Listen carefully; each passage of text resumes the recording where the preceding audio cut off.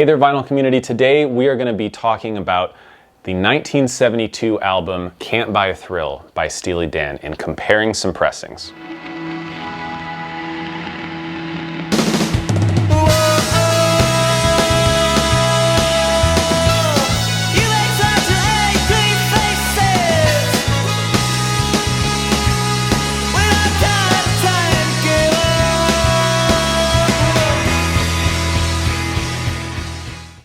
This fall, winter, there has been a lot of audiophile pressings released, a lot of big ticket titles, Michael Jackson's Thriller, the surprise Rastaman Vibrations by Analog Productions, and specifically this guy right here, the 45 RPM UHQR Analog Productions copy of Can't Buy a Thrill, released this year.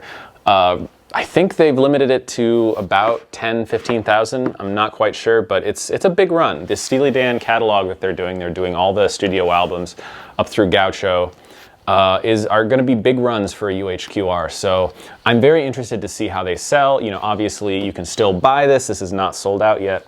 So because of that release and because of you know, a lot of questions around these very expensive UHQR one-step things like that, I wanted to do a video comparing the three copies I had of Steely Dan's debut album, Can't Buy a Thrill. So, you know, Steely Dan are 70s rock icons. You know, they started as a soft rock group after Donald Fagen and Walter Becker spent a year or two as composers for studios, composers for record labels. They worked for ABC as staff songwriters for a year. Eventually, after working with Gary Katz, they decided to record their own original album that Gary Katz produced, and that is this guy right here, the original ABC 1972 Can't Buy a Thrill. At this time, even though Walter Becker and Donald Fagen were, you know, a songwriting team, they did treat Steely Dan as an actual band as opposed to later releases in the 70s that would treat it as more of a project between Becker and Fagen with guest musicians, studio musicians, touring musicians.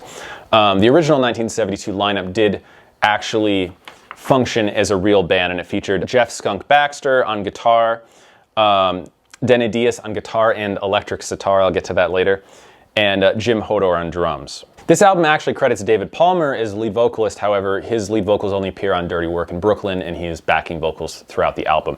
Walter Becker famously, you know, wasn't, especially in these early albums, was not super confident in his singing voice, and so he would recruit a lot of different people to sing guest vocals, including Jim Hodor, the drummer. Over the last 2 years or so, I've really come to appreciate Steely Dan as a musical tour de force. You know, initial listens to them, to me, I used to regard them as just kind of like a bland 70s soft rock band until I really started to dig into their catalog and listen to, you know, their albums all the way through, especially on a hi-fi system. These are some of the most well-recorded, well-produced, well-engineered albums of the 70s. Pretty much all the original pressings of these albums sound fantastic. And their late 70s material, for me, is incredibly musically interesting because it kind of combines the style of softer rock and roll that was popular at that time in the mid-70s with an incredible amount of complex jazz arrangements, jazz sensibilities. They really are the closest thing I think we ever got to a jazz rock band. And so as I've gotten older, I've grown to appreciate Steely Dan a lot more than I think I did when I was younger, and really, really enjoy their catalog. For me, the later 70s albums are the ones that I kind of turn to the most. However, Can't Buy a Thrill is not an album that should be overlooked, and it's a fantastic early 70s rock album in its own right. This here is my original 1972 ABC copy. This is a very beat-up jacket. I still have the price sticker on it, $4.99. It's a little hard to find these for $5 nowadays, even though I think I bought this about a year ago. I just got lucky. But this is what the original black ABC label looks like. This is probably if you're buying a 70s press, this is the one to get. Although I've heard the following pressing, the multicolor kind of Target ABC label is also good sounding, but I haven't been able to do a direct comparison. But this is the one that I started with. So I want to talk a little bit about the sound in this 1972 release. It is a very well engineered release for its time. It was mastered by Doug Sax. That should be a familiar name to all of you. So Doug Sax mastered and cut this original release. It's very, this release is very immediate. See, I have a lot of notes here, multiple pages of notes. One thing I noticed about this original pressing right away is the vocals are very upfront and clear and present. I really appreciated that. And there's a lot of immediacy to the instruments here. You know, guitars sound very, very snappy and sizzly. You know, drums have a really, really precise, immediate impact. They're very snappy. The one thing that I did notice is that even though everything was very percussive and lively, it did have the kind of flatness to it. And what I mean by flatness is that, like, let's say there would be a drum hit, a snare hit, or a tom hit or something. You would get this immediate impact, and then it would just be kind of dead.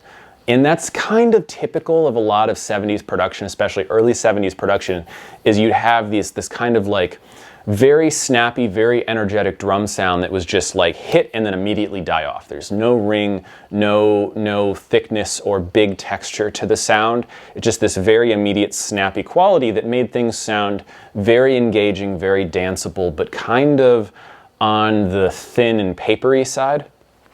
And this is definitely not the worst culprit of that, but I do notice it a little bit listening critically in the sound. Not a ton of bass on the opening track, Do It Again, but the bass does get better. It's a very well-defined bass. Bass guitar especially, you can really hear all the notes individually. There's no blurring as it goes up and down the scale, but it's not a deep bass. Same thing goes for when there's kick drum.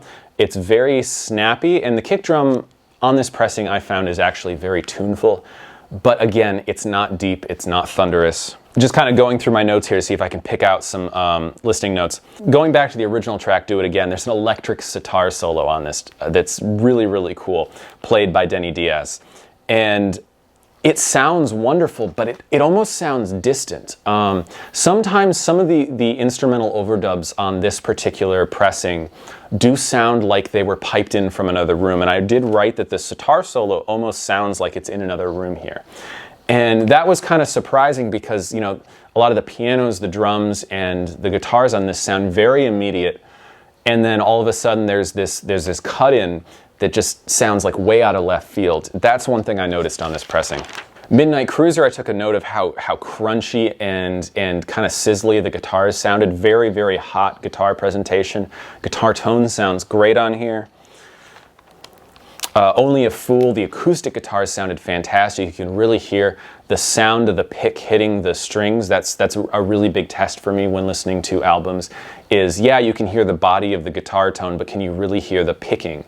And on acoustic guitars, that's a really big tell because the sound of a plastic pick hitting an open acoustic guitar just has that certain sound to it that's kind of hard to get just right. Piano's the same way. So overall, this is an album I got for $5. I think it sounds fantastic. It's got a little bit of that dry 70s sound.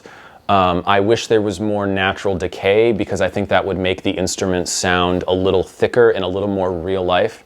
But it has that immediacy that makes it really fun to listen to. It's very snappy, it's very rhythmic. You really want to move to this pressing of this album. So, you know, I know these original pressings of Steely Dan are starting to get more expensive, but still, you know, you can probably find this near mint for no more than $50. I would say it's a really great sounding album. So the next release I listened to is this guy right here. This is the 2000 William Mackey cut. This is done by Speaker's Corner, released in the year 2000, so now 22 years ago.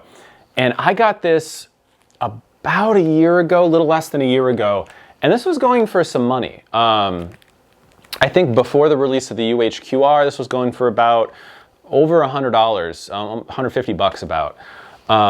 And I think now the price has gone down a little bit, more like $100, but it's still a relatively expensive record to find in the secondary market because it's the only real audiophile, all analog reissue that's been done of this, at least up until this point. So Speaker's Corner is a label that has a special place in my heart because there's a label that loves classical. So, you know, I'm primed to like Speaker's Corner already because they're really carrying the torch for classical. They've been carrying the torch for classical for the last 30 years. You know, they were releasing the Decca reissues cut from analog tape back in the 90s.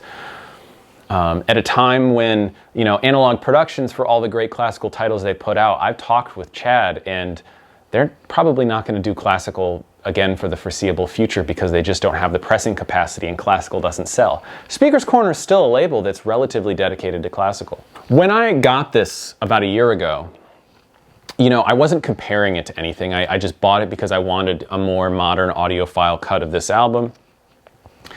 And I remember putting it on and really enjoying it. Because let's face it, either of these three records, they all sound good. This is a well-mastered, well-recorded, well-engineered album, and out of these three records, whatever one you have, it's going to sound good. I remember putting this on and I thought, wow, you know, having had listened to the original pressing a few times, this sounds really full and rich and nice, and it's got big bass, much more bass than on the original. Now, so it was interesting coming back to this pressing after all this time and really doing a detailed comparison with notes. And what I found comparing it to the original pressing is, yes, this is more full-bodied, it's richer, and it has much more bass. But there are some problems with this. It's a little more opaque, it's a little more muddy. The bass on here, one thing I noticed is that even though there's much more bass on here, it's not as well defined. I noticed that on this, the highs seem a little rolled off. And on this, especially Walter Becker's bass guitar, I had a lot of more trouble discerning the individual bass notes on this compared to the original pressing. The original pressing, the bass sounded a little more thin and a little more kind of narrow in sound and not as expansive, but it was really much easier to hear the actual bass line, whereas on this record it gets obscured. It just kind of sounds like listening to a car playing loud music go by with that kind of boomy bass where you can't really tell what note it's playing.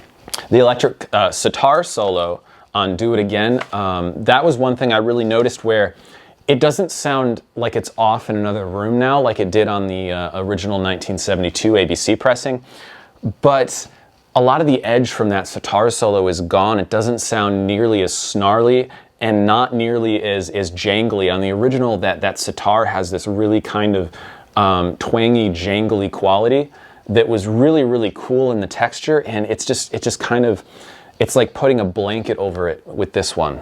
Overall, the drums sounded much less snappy on this. So the drums are much less snappy, even though there's more space in the drum kit on this record.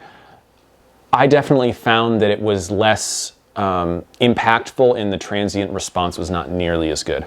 Vocal layering is another thing. On the original, the vocals, again, the vocals were a little on the bright side, but they're very upfront, and I could hear all the different vocal layering really, really well on the original.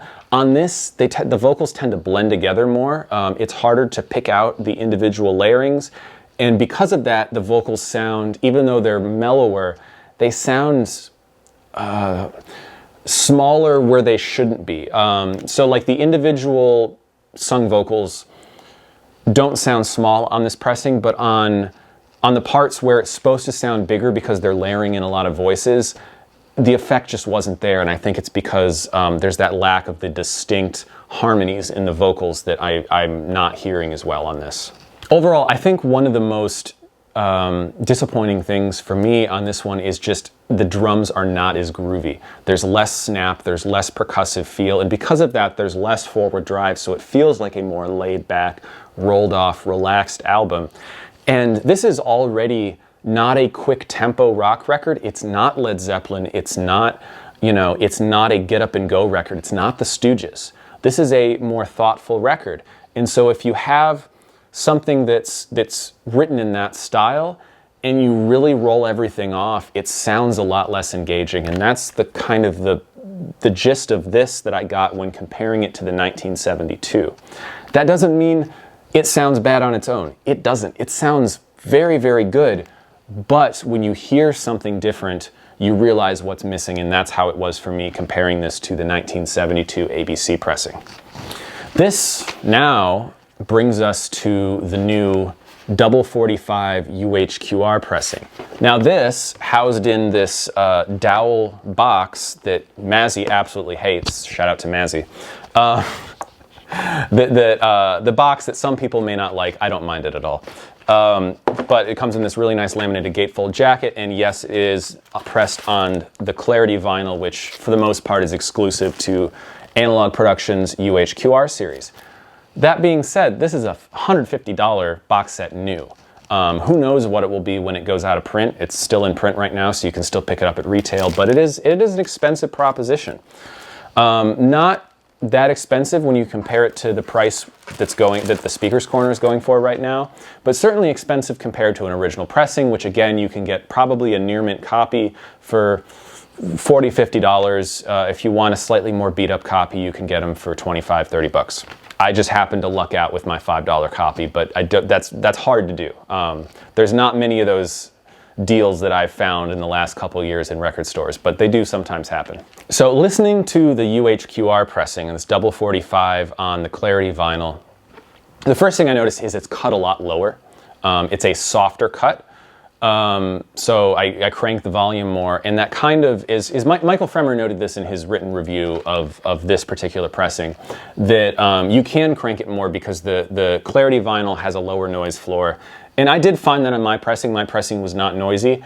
However, when I did crank it to the listening level I would listen to the other copies at, it wasn't any quieter than my Speaker's Corner. It was a hell of a lot quieter than my original 72 pressing, because that's a 50-year-old album. But because of the way they're able to cut this with the Clarity vinyl, they can cut it at a softer volume and leave more room for dynamics, which I think is very effective here. So right off the bat, listening to this, putting this on, it is a much more full presentation than the original 72 pressing. It's very rich.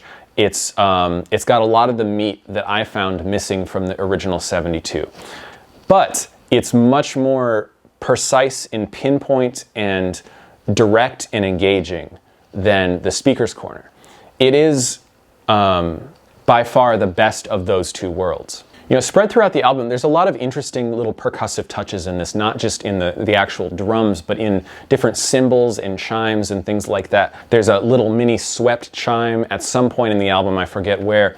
And I remember on the original 1972 pressing, that was very distinct. It was like, boom, right there in the mix. It's like, wow, there that is.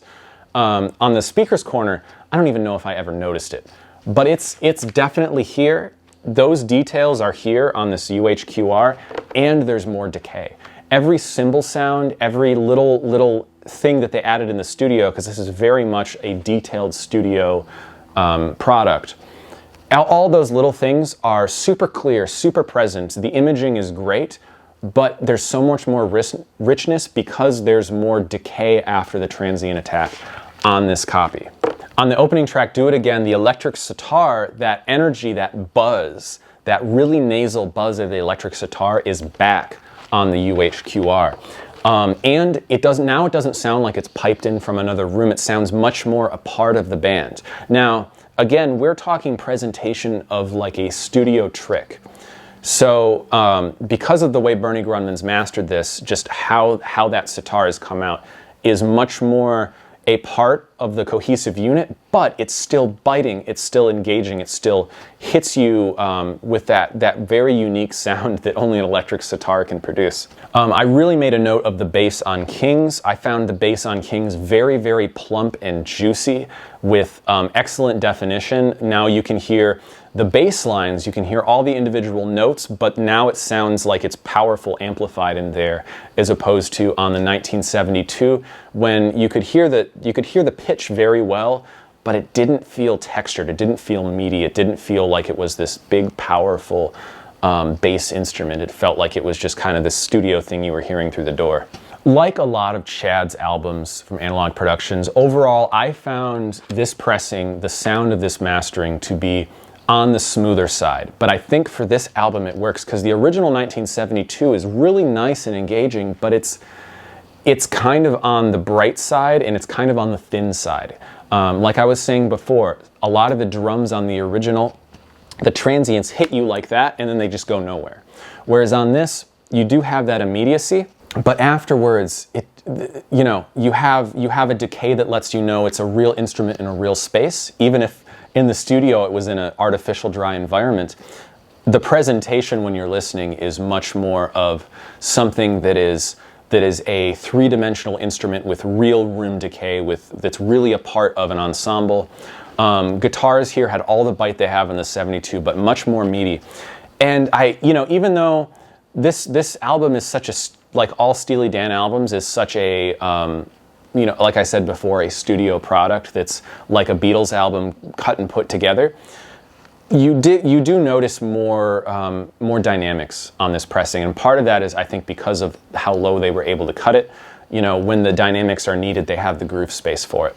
Piano is also something that's really, really hard to get right on recordings. Even some like solo piano classical records I have, sometimes it can be really, really difficult to get the piano to sound realistic and right and full-bodied. It's such a complex instrument to mic and a very complex instrument to reproduce on a recording. And, these were upright studio pianos or keyboards for the most part that Donald Fagen was working with in the studio here. But the pianos sound much more upfront, thunderous, textured ringing on this UHQR pressing than they do on either of the two pressings. There's, again, more bass on the speaker's corner. There's more middle-lower sound in the piano on the speaker's corner, but it sounds like it's behind a door. And on the original, there's a lot of that strike of the hammer on the piano, but it sounds a little tinny. Here, it sounds, is good, I think as good as we're gonna get from an upright studio piano we get in the sound of this UHQR. So I don't think I need to go on anymore. Listening to these three pressings of this album was a complete joy, because I'm gonna be honest, they all sound great. They're all good. So if you are not a huge fan of this album or of this band, and you have one of these, it's not necessary to go hunting for another copy unless you really want to experience, like, okay, what could the next level bring? If I had to rate these from worst to best, here's how my ranking would be. My least favorite copy of this has unfortunately got to be the Speaker's Corner. As much as I love this label, this one is too mellow. It's too washed over. There's a lot of bass, but it's not distinct, it's not punchy, and it loses, because of that, it loses a lot of the groove that these other two have much, much better. Now, I really enjoyed this. I enjoyed listening to it, but when you compare it directly, you realize that there's better stuff out there. So, sorry, Speaker's Corner, but this is not one of the best records, and it's not one of the best pressings of Can't Buy a Thrill. Next, I would put the original Black Label ABC pressing, 1972. Sounds extraordinarily good for its age. And there's a little bit of thinness and a little bit of brightness, but it doesn't detract overall from the music. And I think the thinness and brightness compared to the Speaker's Corner is an okay trade-off because of how snappy, how immediate, how present, and how cutting the sound is on this. It's very enjoyable and it's not fatiguing. Some records with brightness, they can be very fatiguing, they can sound tinny. This doesn't sound tinny. It sounds immediate, but it is lacking a little bit of that lower end, that lower mid-range, and that deep bass that other pressings have. So this is my number 2 pick. And the number 1, which I had a feeling going into this, there's not a lot of Chad's records that I dislike, and there's not a lot of Chad's records that end up low on ranking lists of best pressings. But I tried to put my assumptions aside and really just come into these with an open mind. But I gotta say, the new 45 RPM UHQR is the best sounding version of this release that I've heard. And on my system, it was a fairly big difference. It combines the fullness, the richness, and the 3D texture that I wanted, that was lacking in the 1972, and it had all the snap and definition that was lacking in the Speaker's Corner. It's a very, very well-rounded presentation. It's incredibly detailed. You hear all those cymbal hits, all those transient impacts, the very, very bright textures of some of the drums on this, the bright textures of some of the piano strikes on this, especially the electric sitar sounds awesome on this record. But because of that full sound, because of the added bass, there's a lot more weight behind it, and it doesn't sound nearly as bright. It actually sounds very balanced and smooth but just with all the details there. So this is the one, I'd say, especially when you compare it to the price that the Speaker's Corner goes for. You know, until this was released, you could have paid more for the Speaker's Corner. There was a time a couple of months ago where that Speaker's Corner was going for almost $200. So, you know, if that's what you're looking at, if you want a modern audiophile pressing of this, then yeah, the UHQR is a no-brainer. Definitely pick this up. If you have the original 1972 ABC pressing, or you just don't want to spend the money on an audiophile, you know, deluxe boxed double 45 edition like this, the original 1972 pressing is really, really good. It has all the detail, all the snap, all the drive of this UHQR. It's just missing, it's missing a little bit of that bottom end weight. It's missing a little bit of the richness and texture that you do get on here. But like I said before, and I've said over and over again, this is a fantastically engineered record. Really, all the Steely Dan records are very well engineered. You could just get middle of the road represses from the 70s, you know, for $20 a piece, or even the new digital 50th anniversary editions, and they'll probably sound really good. I haven't heard the 50th, you know, there's only so many copies of this album I'm willing to have. But this is the one for me, the UHQR. It's really magnificent. It makes this album sound rich and alive like I haven't heard it before. And the difference is substantial. On my system, I did hear a substantial difference between all of these. As always, your system may vary, but for my point of view, I think the UHQR is a very clear winner. And I'm honestly really excited to see what they do with the rest of the Steely Dan series, because as you go on in the 70s, the albums sound better and better. Asia is one of the most impressive audiophile albums ever recorded. And my original AB pressing sounds fantastic, cut by Bernie Grundman. And my Cisco reissue cut by Kevin Gray sounds phenomenal. It's one of the best sounding records I own. So if Bernie Grundman and Chad at Acoustic Sounds can top that, that's going to be very, very interesting to hear. So I'm very excited for this whole Steely Dan series now that I've gotten a taste of it through Can't Buy a Thrill. So if you were on the fence about this, just know, I think of these three pressings, this is definitely the one to go with if cost is no object. If cost is an object, go for the 1972 Black Label ABC, because it does sound really, really good. All right, I think that's all my thoughts on this. I'll catch you next time, probably not for another record shootout, but until that time, take care, VC. Cheers.